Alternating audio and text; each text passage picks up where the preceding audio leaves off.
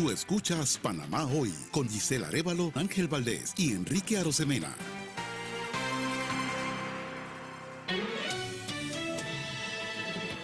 Entrevista de actualidad, Panamá Hoy.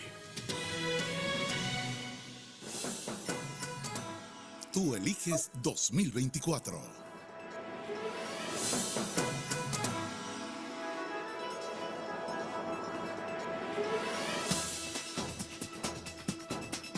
Bien, 8:03 de la mañana, 8:03 de la mañana, vamos a conversar con el abogado Francisco Carrera. Buenos días, don Paco, bienvenido a Radio Panamá. Buenos días, Enrique, buenos días, Giselle, placer estar con ustedes como siempre. Francisco, ¿cuál es la realidad del expresidente? Y es que hay mucha confusión, no sé si llamarlo ya candidato a la presidencia, porque el tribunal no se ha pronunciado realmente sobre este tema, ha mandado una serie de comunicados, pero no hay uno que diga está fuera de la contienda política. ¿Cuál es la realidad política del Yo expresidente? creo que lo primero que tenemos es que separar esta guerra mediática que hay de desinformación, cuál es el verdadero estatus del caso. Cuando uno oye por lo menos las noticias y ve lo que se ha ido publicando, te das cuenta de que estamos en una situación en donde el tribunal, el juzgado realmente no confirma absolutamente que ha hecho ningún trabajo, que si el expediente llegó, que si los 3 días comienzan el viernes, que si comienzan el lunes, o sea, aquí hay una situación bien delicada porque es inédita. Aquí hay ese tema de el rechazo de la casación, definitivamente, dejan firme la sentencia. El hecho de que la sentencia esté firme no quiere decir que alguna de las partes no pueda presentar algún recurso de revisión que no va a alterar la ejecución de la sentencia, pero bueno, son vías que la ley le da a los acusados o a los condenados en un caso específico. En esta situación, lógicamente hay que proceder a ejecutar la sentencia, que es lo que tiene que hacer el tribunal. El tribunal no ejecuta las sentencias ni por Twitter, ni por redes sociales, ni por correos electrónicos, no. El tribunal emite oficios, el tribunal ordena detenciones, conducciones, decomiso de bienes, etcétera. Todo eso es parte de un proceso que vamos a ver. Cuando le agregamos a esto el componente de la candidatura presidencial, en efecto, al día de hoy, todavía el Tribunal Electoral, de acuerdo a sus propios comunicados, está esperando una confirmación del juzgado en donde se establece ya la condena del presidente Martinelli. Y como esto es un caso inédito, aquí estamos nosotros como los miembros de una orquesta sinfónica que todo el mundo está tocando de oído, porque realmente no hay un pentagrama para seguir, porque es un caso inédito. No hay duda de que hay una condena, y eso yo creo que eso es claro. Y de esa condena el tribunal tiene que ser notificado. ¿Y tiene que ser notificado por qué? Porque el artículo 180 de la Constitución tiene una prohibición expresa de que no puede ser elegido. Y yo cada vez que menciono esto, hago el énfasis en la palabra elegido. Porque para poder ser elegido tú tienes que participar en una elección. La Constitución no dice no podrá ser presidente, esa es otra historia. Pero hablando del tema de la elección, hay que cumplir con esa prohibición constitucional y no hay realmente un proceso. No hay definido en el Código Electoral cómo se hace esto. El Código Electoral tiene casos de inhabilitación en donde ocurren cuando hay postulaciones y en razón de residencia o en razón de una cantidad de factores, cualquier persona puede presentar una inhabilitación de un candidato. Lo que estamos viendo ahora es que eso no es el procedimiento que se requiere. para el caso del presidente Martinelli.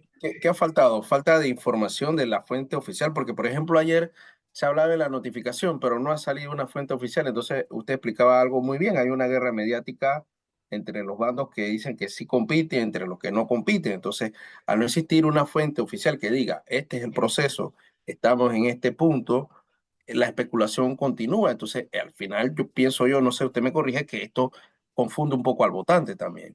Por supuesto, yo creo que nos confunde a todos, porque por un lado tú tienes publicaciones de que ya hubo una notificación.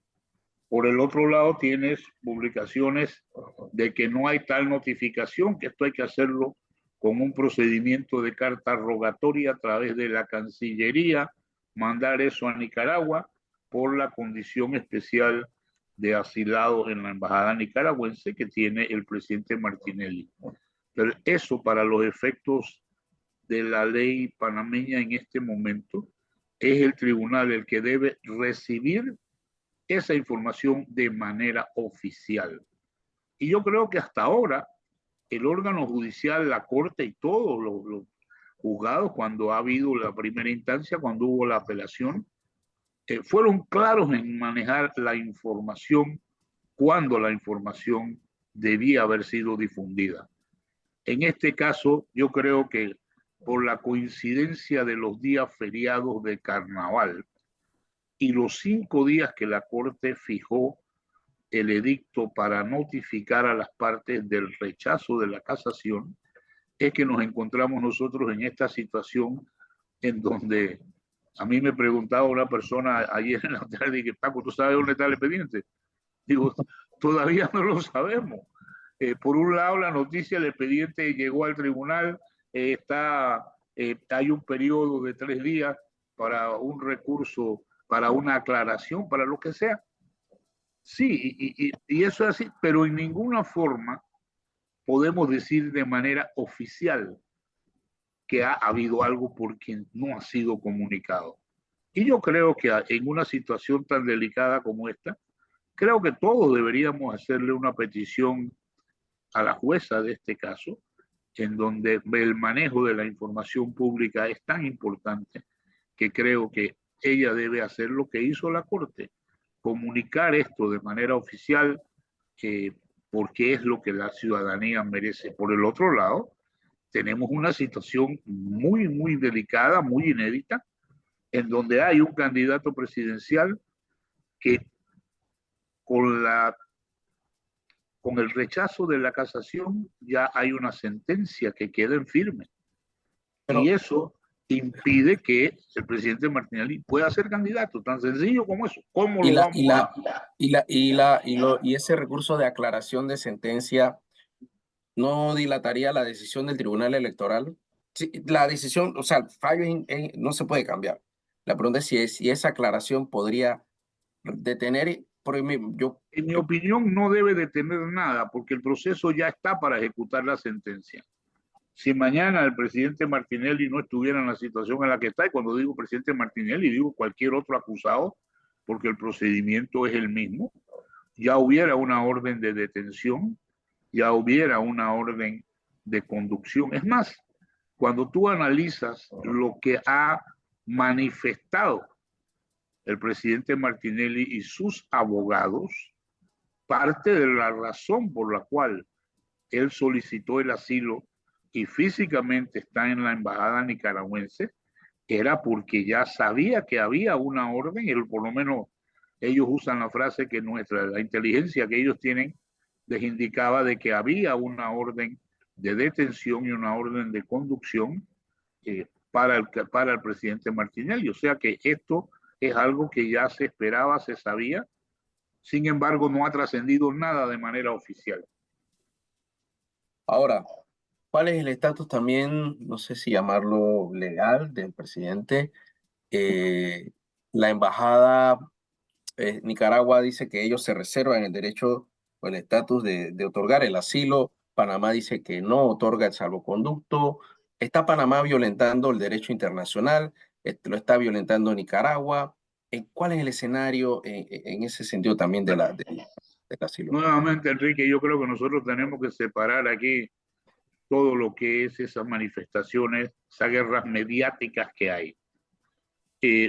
Cuando vemos una convención como la de Convención de Asilo y sus modificaciones, una de las cuales Nicaragua ni siquiera ha firmado, nos damos cuenta de que la convención inicia en su artículo primero diciendo cuándo no se puede conceder un asilo.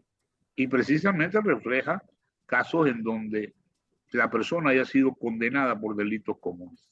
O sea que desde ahí estamos partiendo ya en una situación de conflicto, porque para Panamá, para el proceso legal panameño, la condena del presidente Martinelli ya es un caso que una vez que la Corte lo rechazó, la sentencia está en firme y es una persona condenada por delitos comunes. Sin embargo, Nicaragua concede el asilo y solicita el salvoconducto. Yo no creo, y estoy con ese tema bien delicado de que quienes alegan que la convención obliga al país a dar el salvoconducto de manera automática. Eso no es así.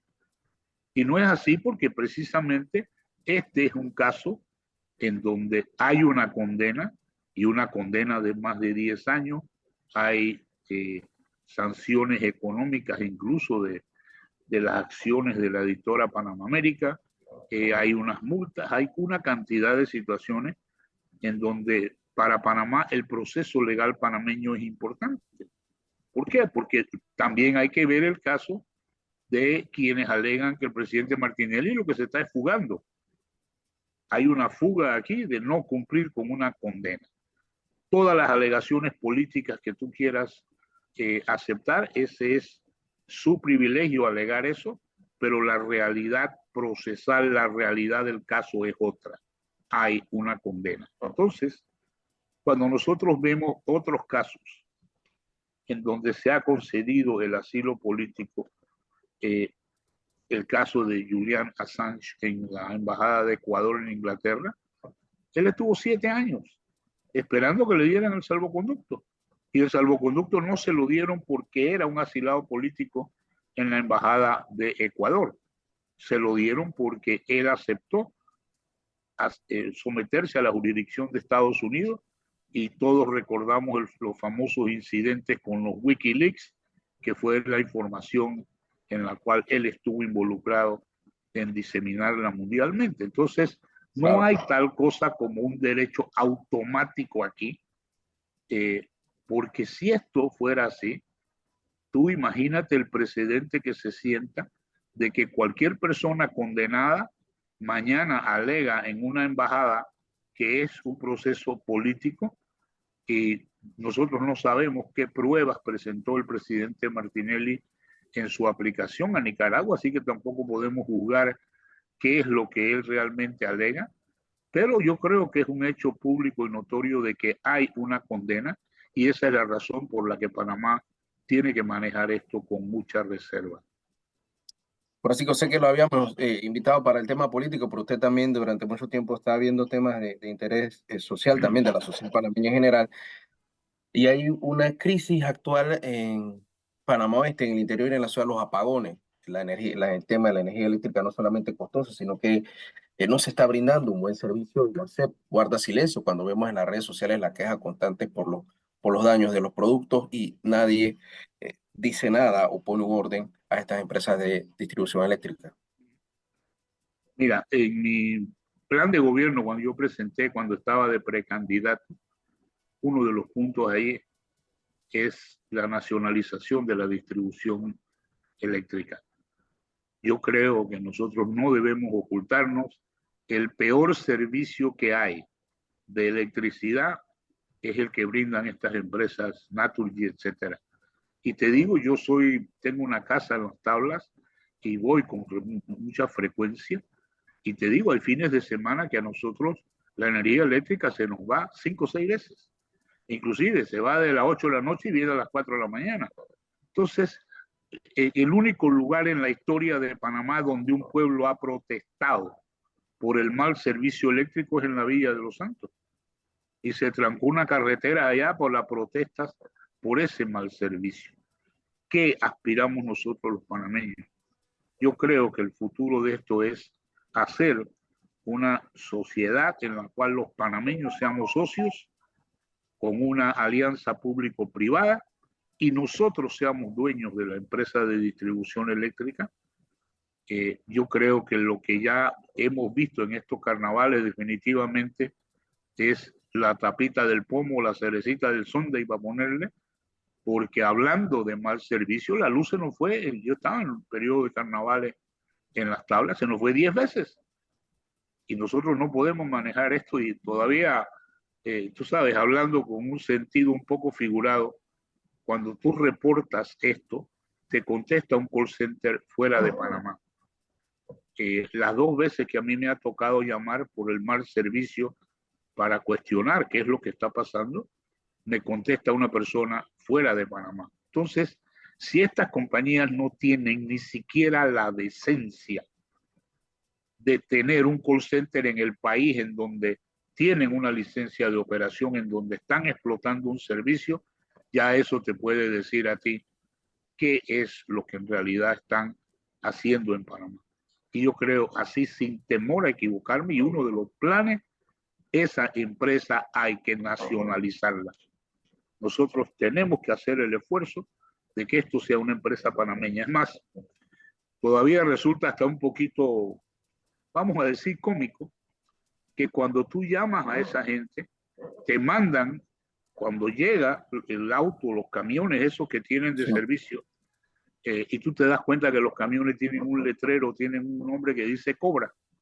Bueno, yo creo que eso es lo único en lo que ellos son buenos, es cobrando. Y hasta en eso, tú sabes, de manera estratégica cometen estos errores, pero yo creo que ya está bueno. Tenemos años de tener un servicio completamente deficiente y esto hay que darle una solución. Una empresa como maneja Tocumen, una empresa en donde los panameños seamos socios, nosotros, este no es un tema de remitir miles de dólares de ganancia para ningún país. Yo creo que eso se debe manejar aquí por los mismos ingenieros, el personal panameño que es altamente calificado, pero dentro de un esquema en donde todos seamos socios. Ya eso nos va a permitir a nosotros que nuestros costos sean mucho menores y que el servicio se dé de una manera más eficiente. Muchas gracias a Francisco Carrera, abogado, por compartir con nosotros este análisis legal y también hablar un poco sobre lo que ocurre con la energía eléctrica. Que tenga buen día, don Paco. Gracias, Enrique. Bye.